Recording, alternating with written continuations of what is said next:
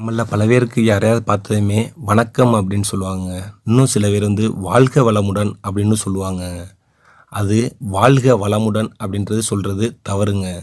வாழ்க வளத்துடன் அப்படின்னு சொல்றது தாங்க சரி. ஏன்னா வளமுடன் அப்படின்ற வார்த்தையில எந்த அர்த்தமுமே இல்லைங்க.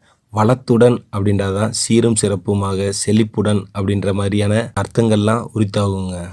அடுத்த சொல் என்னன்னு பார்த்தீங்கன்னா, கற்சிலை, கற்பவை அதை பற்றி தாங்க பார்க்க போகிறோம். அதாவது கற்சிலை அப்படின்னு தாங்க சொல்லணும். கற்சிலை அப்படின்னு நம்ம சொல்ல போகிறதில்ல. அதனால் அந்த இடத்துல இச்சு அப்படின்ற எழுத்து வராதுங்க. அதே மாதிரி கற்பவை அப்படின்றதில் இப்போ வராதுங்க. கற்பவை அப்படின்னு தாங்க எழுதணும்.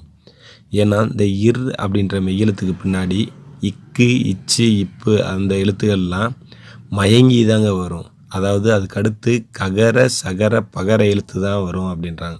இந்த ககர அப்படின்னா காக்கா, கிக்கி, குக்கு இருக்குல்லங்க.